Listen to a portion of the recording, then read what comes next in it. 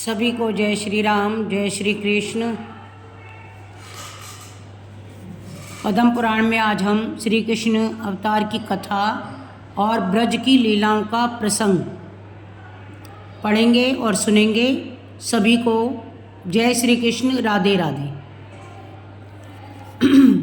पार्वती जी ने कहा, महेश्वर, आपने श्री रघुनाथ जी के उत्तम चरित्र का अच्छी तरह वर्णन किया। देवेश्वर, आपके प्रसाद से इस उत्तम कथा को श्रवण करके मैं धन्य हो गई। अब मुझे भगवान वासुदेव के महान चरित्रों को सुनने की इच्छा हो रही है, कृपा कहिए।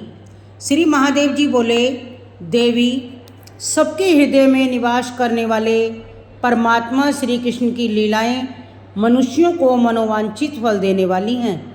मैं उनका वर्णन करता हूँ, सुनो। यदुवंश में वासुदेव नामक श्रेष्ठ पुरुष उत्पन्न हुए, जो देव भीड़ के पुत्र और सब धर्मज्ञों में श्रेष्ठ थे। उन्होंने मथुरा में उग्रसेन की पुत्री देवकी से विधि पूर्वक विवाह किया, जो देवांगनाओं के समान सुंदरी थीं।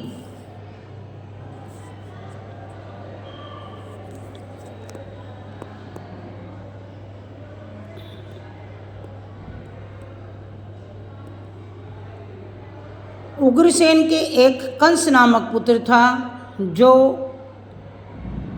महाबलवान और शूरवीर था। जब वधू और वर रथ पर बैठकर विदा होने लगे, उस समय कंस स्नेहवश सारथी बनकर उनका रथ हाँकने लगा। इसी समय गंभीर स्वर में आकाशवाणी सुनाई पड़ी, कंस, इस देवकी का 8वां बालक तुम्हारे प्राण लेगा। यह सुनकर कंस अपनी बहन को मार डालने के लिए तैयार हो गया। उसे क्रोध में भरा देख बुद्धिमान वसुदेव ने कहा, राजन, यह तुम्हारी बहन है, तुम्हें धर्मतः इसका वध नहीं करना चाहिए।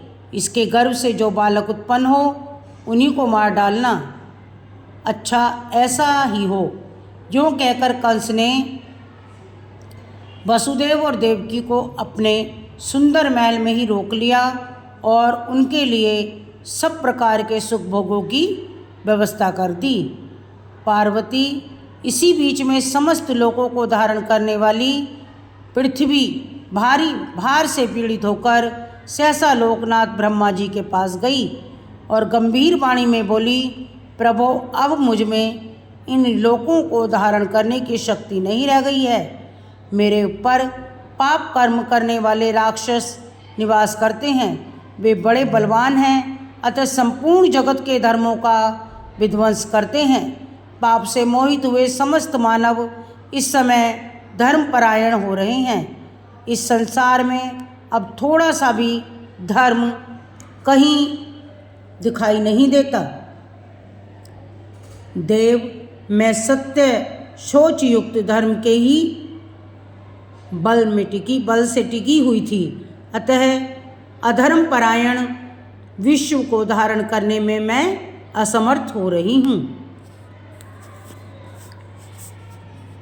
यूँ कहकर पृथ्वी वहाँ से अंतर्ध्यान हो गई।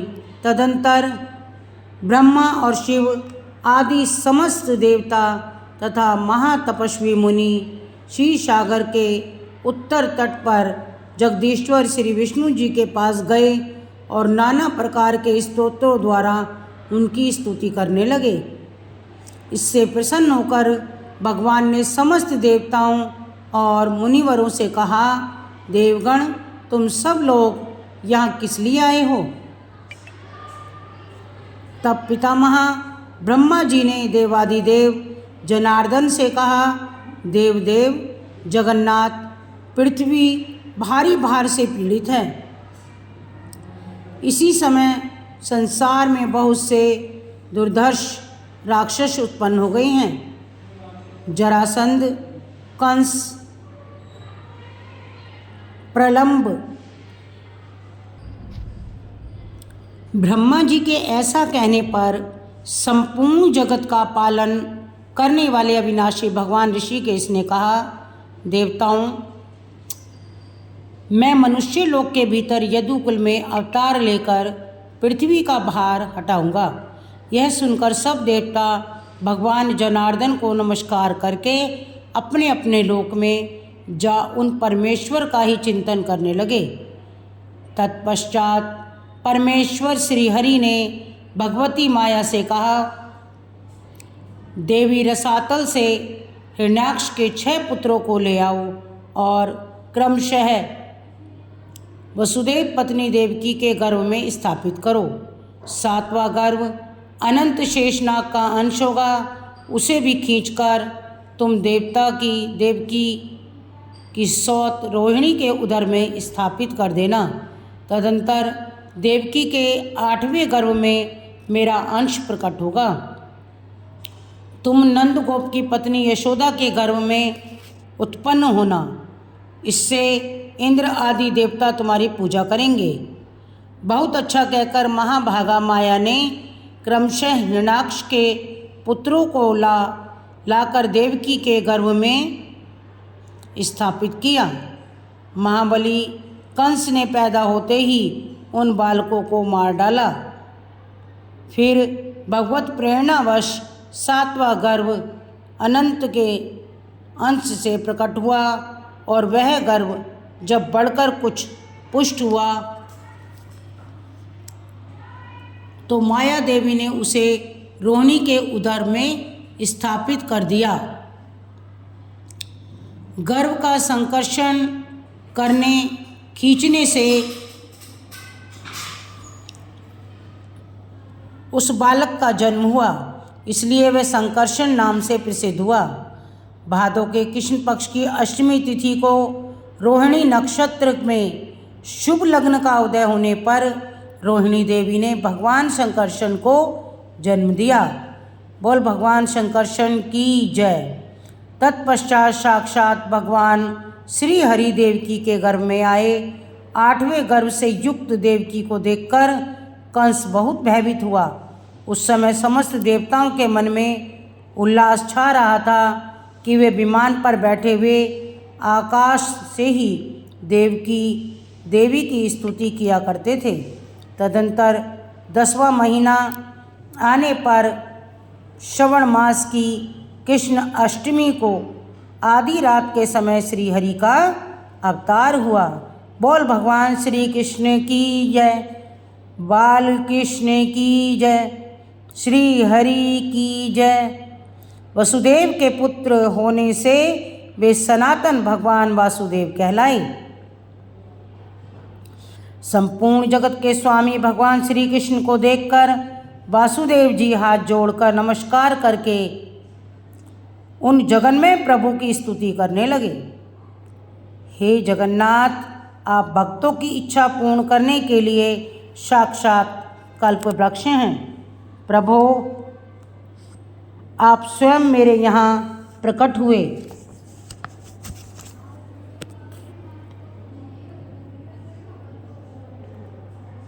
मैं कितना भाग्यवान हूँ। अहो, आज धरणीधर भगवान इस धरती के ऊपर मेरे पुत्र रूप से अवतीर्ण हुए हैं।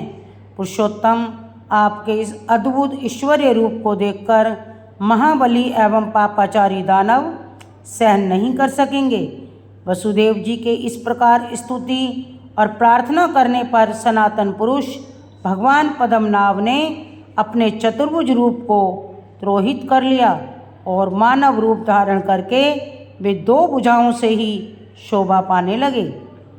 उस भवन में पहरा देने वाले जो दानव रहते थे वे सब भगवान की माया से मोहित और तमोगुणों से आच्छादित हो सो गए। इसी समय मौका पाकर भगवान की आज्ञानुसार वासुदेव जी ने भगवान को गोद में लेकर तुरंत ही नगर में से बाहर निकल गए। उस समय सब देवता उनकी स्तुति कर रहे थे। मेघ पानी बरसाने लगे। यह देख महाबली नागराज शेष भक्तिवश अपने हजारों फनों से भगवान के परछाया करके पीछे पीछे चलने लगे। उनके चरणों का स्पर्श होते ही नगर द्वार के किवाड़ खुल गए। वहाँ के रक्षक नींद में बेसुध थे। तीव्र प्रवाह से बहने वाली भरी हुई यमुना भी महात्मा वसुदेव के प्रवेश करने पर घट गई। उसमें घुटने तक ही जल रह गया। यमुना के पार हो वसुदेव जी ने उसके तट पर ही स्थित ब्रज में प्रवेश किया। इधर नंदगोप की पत्नी के गर्भ से गायों के ब्रज में ही एक कन्या उत्पन्न हुई,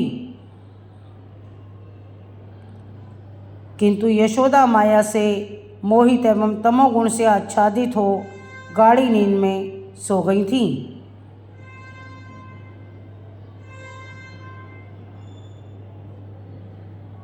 वसुदेव जी ने उनकी शैया पर भगवान को सुला दिया और उनकी कन्या को लेकर वे मथुरा में चले गए।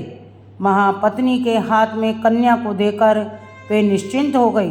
देवकी की शैया पर जाते ही वह कन्या बाल भाव से रोने लगी। बालक की आवाज़ सुनकर पहरेदार जाग उठे। उन्होंने कंस को देवकी के प्रसव होने का समाचार दे दिया। कंस तुरंत ही आ पहुँचा और बालिका को लेकर उसने एक पत्थर पर पटक दिया, किंतु वह कन्या उसके हाथ से छूटने पर तुरंत ही आकाश में जा खड़ी हुई। वह कंस के सिर में लात मारकर ऊपर गई और 8 भुजा वाली देवी के रूप में दर्शन दे उससे बोली, बोल जगत जननी शाकुंभ माता रानी की जय।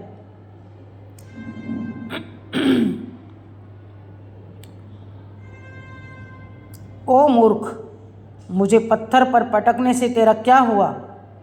जो तुम्हारा वध करने वाले हैं उनका जन्म तो हो गया है। जो संपूर्ण जगत की सृष्टि पालन तथा संहार करने वाले हैं वे भगवान इस संसार में अवतार ले चुके हैं, वे ही तुम्हारे प्राण लेंगे। इतना कहकर देवी ने सहसा अपने तेज से संपूर्ण आकाश को आलोकमय कर दिया और देवताओं तथा गंधर्वों के मुख से अपनी स्तुति सुनती हुई हिमालय पर्वत पर चली गईं। देवी की यह बात सुनकर कंस का हृदय उद्विग्न हो उठा। उसने भय से पीड़ित हो प्रलंब आदि दानवीरों को बुलाकर कहा, वीरों, हम लोगों के भय से समस्त देवताओं ने क्षीर सागर पर जाकर विष्णु जी से राक्षसों के संहार के विषय में बहुत कुछ कहा है।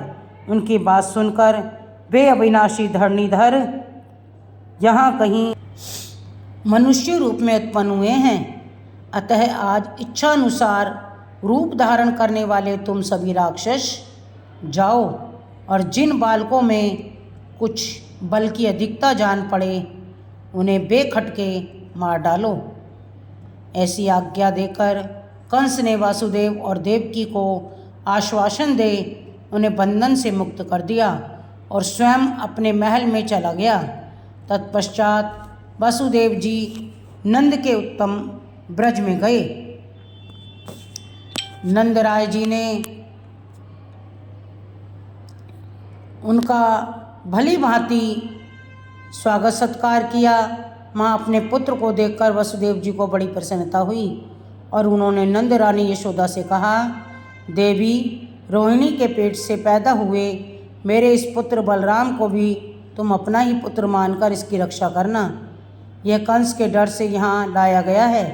दृढ़तापूर्वक उत्तम व्रत का पालन करने वाली नंद पत्नी ने बहुत अच्छा कहकर वसुदेव जी की आज्ञा शोधार्य की और दोनों पुत्रों को पाकर वे बड़ी प्रसन्नता के साथ उनका पालन करने लगीं। इस प्रकार नंदगोप के घर अपने दोनों पुत्रों को रखकर वसुदेव जी निश्चिंत हो गए और तुरंत ही मथुरापुरी को चले गए। तदंतर वसुदेव जी की प्रेरणा से किसी शुभ दिन को गर्ग जी नंदगोप के ब्रज में गए और वहाँ के निवासियों ने उनकी बड़ी भगत की और फिर उन्होंने गोकुल में वसुदेव जी के दोनों पुत्रों के विधि पूर्वक जात कर्म और नामकरण संस्कार कराई। बड़े बालक के नाम उन्होंने संकर्षण, रोहिण्य, बलभद्र, महाबल और राम आदि रखे तथा छोटे के श्रीधर, श्रीकर, श्री कृष्ण, अनंत, जगतपति, वासुदेव और ऋषिकेश आदि नाम रखे। लोगों में ये दोनों बालक क्रमशः राम और कृष्ण नाम से विख्यात होंगे। ऐसा कहकर द्विश्रेष्ठ गर्ग ने पितरों और देवताओं का पूजन किया और स्वयं भी ग्वालों से पूजित होकर मथुरा में लौट आए। जय श्री कृष्ण, जय श्री राम, राधे राधे। अगला अध्याय हम कल की वीडियो में सुनेंगे। सभी को जय श्री राम।